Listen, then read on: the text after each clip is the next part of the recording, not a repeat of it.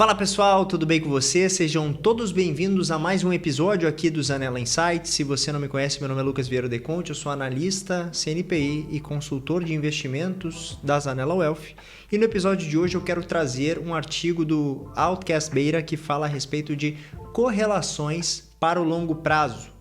É comum a gente ver investidores não entendendo o porquê de ter ativos de baixa correlação ou até mesmo ativos de correlação negativa, ou seja, classes e ativos dentro de uma alocação estrutural que tem movimentos não lineares, não ordenados ou movimentos até opostos. E isso não necessariamente é ruim. Muito pelo contrário, isso tende a trazer para nós, mantidas as condições de expectativas de retorno, um ajuste ao risco assumido, trazendo essa relação mais saudável e benéfica para o investidor. Então, quando você reduz a projeção de volatilidade assumida daquele portfólio, é bem possível que você tenha que inserir ativos com baixa correlação ou até mesmo correlação negativa. E esse estudo aprofunda o quanto isso muda a depender do horizonte de tempo assumido. Então a ideia aqui não é listar todos os tópicos que o pessoal do Outcast Beta traz nesse artigo, mas instigar você a ler e entender o papel que cada ativo e cada classe tem na construção do seu portfólio e por que isso é tão importante. E eles começam esse texto falando que correlação é, em grande parte, o que acaba determinando o benefício da diversificação. Quanto menor a correlação entre os ativos, melhor a diversificação. Esse é um ponto bem importante, o parênteses que eu faço aqui para investidores que são mais iniciantes, principalmente, é que eles acham que estão diversificando bem a sua carteira de investimentos, quanto na verdade só estão adicionando números de ativos distintos na carteira. Quando, por exemplo, acabam selecionando várias empresas de um mesmo setor financeiro aqui no Brasil, estão nichando não somente no setor, mas na localização geográfica de exposição. Isso não é buscar uma diversificação coerente que traga essa descorrelação dos ativos. E eles citam o fato de que é comum no mercado financeiro acabar medindo a correlação com base em retornos de curto prazo e que o objetivo do artigo é investigar como que as correlações e como que a compreensão deles sobre os benefícios da diversificação no longo prazo acabam mudando quando eles medem os retornos ao longo de períodos que são mais extensos. E eles concluem a introdução falando que, como consequência, um portfólio com uma diversificação global, que cuida a ponderação em setores específicos, inserindo aqui uma parte de commodities que não é o meu objetivo aprofundar no vídeo de hoje, mas incluindo REITs, que é um ponto que eu acho relevante falar, porque eu sei que vai ao grado de muitos dos que estão me acompanhando por aqui, tem um potencial para reduzir significativamente a volatilidade quando analisado sob a ótica de retornos de longo prazo.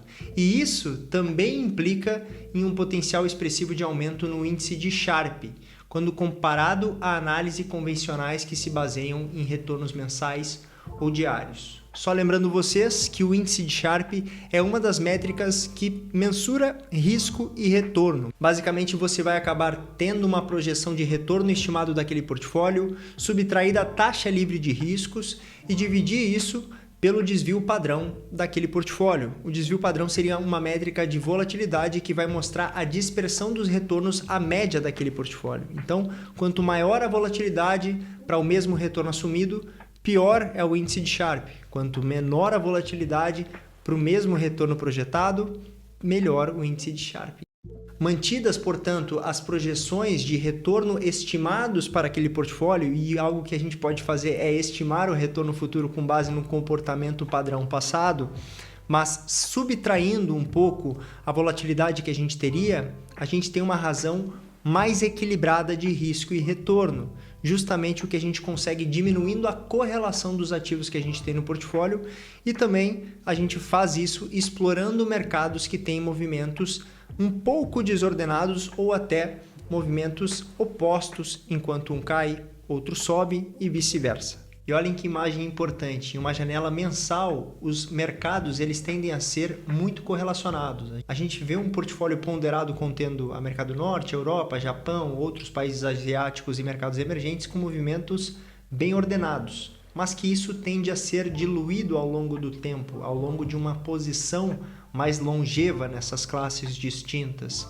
E aqui eles mostram para nós que em janelas de 5 anos alguns fundamentos econômicos passam a aparecer, indicando que a correlação vai diminuindo ao longo do tempo, e isso fica ainda mais evidente quando a gente percebe uma janela de 10 anos das correlações do mercado que mostram na relação de alguns específicos um ponto que inclusive é negativo, enquanto um mercado está apreciando, o outro está depreciando, mas que mostram principalmente que são próximas a zero, ou seja, mudanças estruturais em um mercado acabam não afetando de maneira significativa em janelas maiores outros mercados. E isso, pessoal, é um lembrete tangível que a gente tem para não dar tanta importância a ruídos de curto prazo, porque isso estruturalmente para a nossa carteira, principalmente se a gente está alocando pensando em um horizonte mais longevo, não irá fazer diferença. Se você tem na sua alocação ativos e mercados de baixa correlação, naturalmente você vai estar protegido de todo e qualquer impacto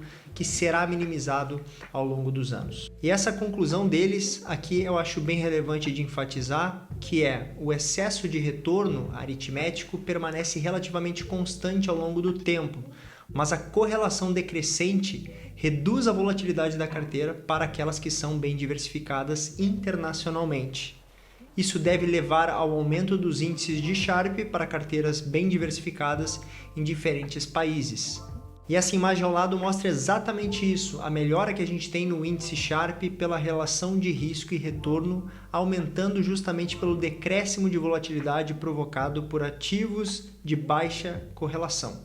Eu recomendo que vocês façam a leitura do texto na íntegra para perceberem que na indústria de exploração de commodities, nos Estados Unidos especificamente, isso também é muito visível. Basicamente, para os que estão interessados em ouro, principalmente recentemente, poderão entender o devido papel de reserva de valor que o ouro tem aqui, naturalmente indireto por meio das mineradoras, nesse caso, mas também entendendo o quanto que isso tem de ajustar uma relação de risco e retorno na nossa alocação. E para finalizar, aqui trazendo dados da correlação de longo prazo entre o mercado acionário americano e os Real Estate Investment Trusts, essa parte nichada de empresas que investem majoritariamente em imóveis e oferem renda principalmente por meio do aluguel desses imóveis. A base de dados que eles trazem para nós é desde 1972 e percebam como que essa correlação dos REITs ao mercado acionário americano também diminuem em função do tempo. Então, são ativos que protegem a nossa carteira internacional diante da volatilidade. Por isso que eu insisto tanto com os meus clientes, principalmente,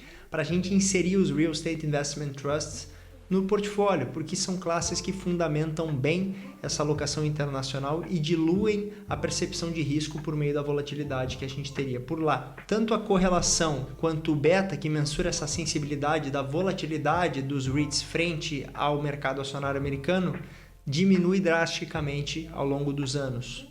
E nós temos como consequência uma volatilidade anualizada menor em função do tempo assumido da exposição com esse portfólio e, naturalmente, um índice Sharpe mostrando essa relação de risco e retorno mais favorável.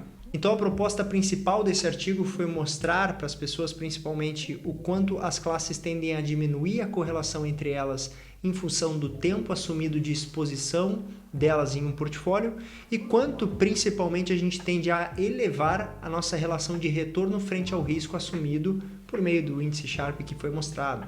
Eu insisto aqui que é super importante a gente entender o papel de cada ativo e cada classe na construção do nosso portfólio, por isso que a gente bate tanto na tecla do Asset Allocation por aqui e por isso que a gente se propõe a fazer algo personalizado para todas as pessoas, porque a capacidade e gerenciamento de risco é muito individual e caso você também queira contar com a nossa equipe e nosso suporte para fazer algo totalmente personalizado e exclusivo às suas demandas, não deixe de nos contatar.